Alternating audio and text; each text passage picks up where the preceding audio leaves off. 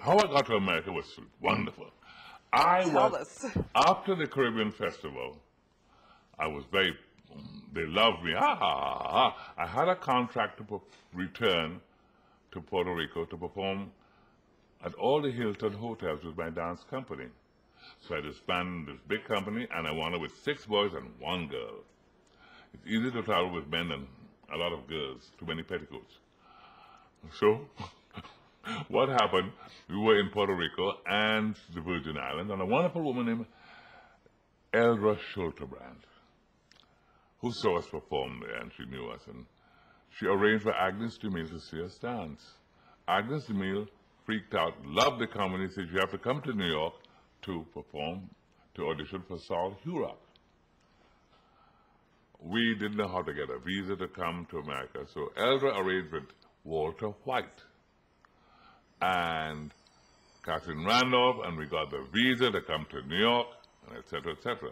Catherine was in love with me, and she said, Geoffrey, remember when you go to America, that I'm white, I'm from the South, and I love you. And I came to New York with that whole, and it was lovely. I loved her because, number one, she opened a book in my head that I knew that was there somewhere, and introduced me to Hector Hippolyte's work, to the dance bar ensemble, the same character I played in Live and Let Die and House of Flowers. I am sitting in an auditorium with her, and I see this man doing this dance, his face painted half white. I said, oh my God, what's that? He said, that's bar ensemble, he's the God of life. And she introduced me to a culture that I didn't know, because it's buried in Trinidad. It was buried in Trinidad. I see. And the racial climate in America at that time, did you feel? No. There was no racial climate. It was 7 years after the war. Yes, in the United States. In the United States, World War II. And you must remember, during World War II, you have the black sailors and soldiers who were not in the same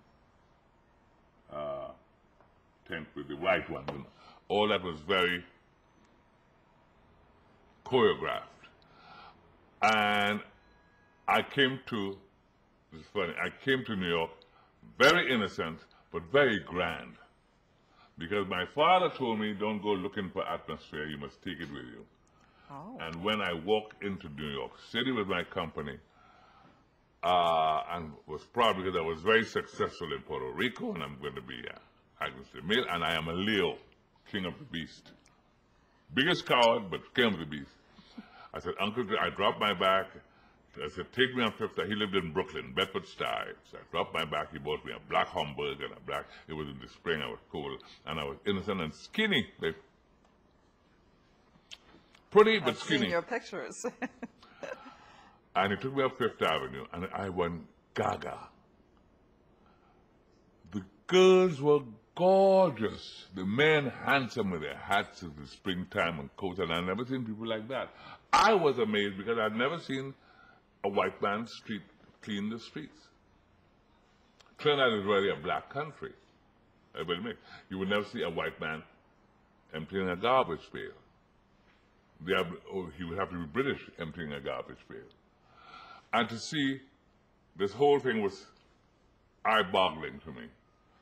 But I was fascinated. It was a period where Limelight was playing Charlie Chaplin's, and all over New York, all the record shops were na na na na na na na na ni, ya na na na na na ni ya na na na, and Moulin Rouge la da da da dee da da da da, and the girls looking like Janet Leigh and Elizabeth Taylor, the Irish girls, pretty, and then you get my folks. Cool. Cool. Dressed to kill. Well, it was a beautiful sight. I will never forget that period. But my Uncle Johnny, who was here 40 years before me, said, Geoffrey, you know you can't go in here and you can't go in there. I said, why? Well, we can't go in there. I said, dear, if I can't go into a place, there's going to be something wrong with the place. Why should I want to go? Why should I want to go into a place that there's something wrong with the place? But anyway, I walked through many doors innocently because I knew what I wanted, and I went and I asked, hello, darling, how are you? How much is it? Ha ha. By the time they're through, I am in and out there, walking there with style. And grand. You have to be bigger than life. The world is a very small world. You have to be bigger than life. And when you walk the street, I don't care who you are, and it's not about wearing Armani suits and expensive clothes. It's having a straight back and walking. Bam.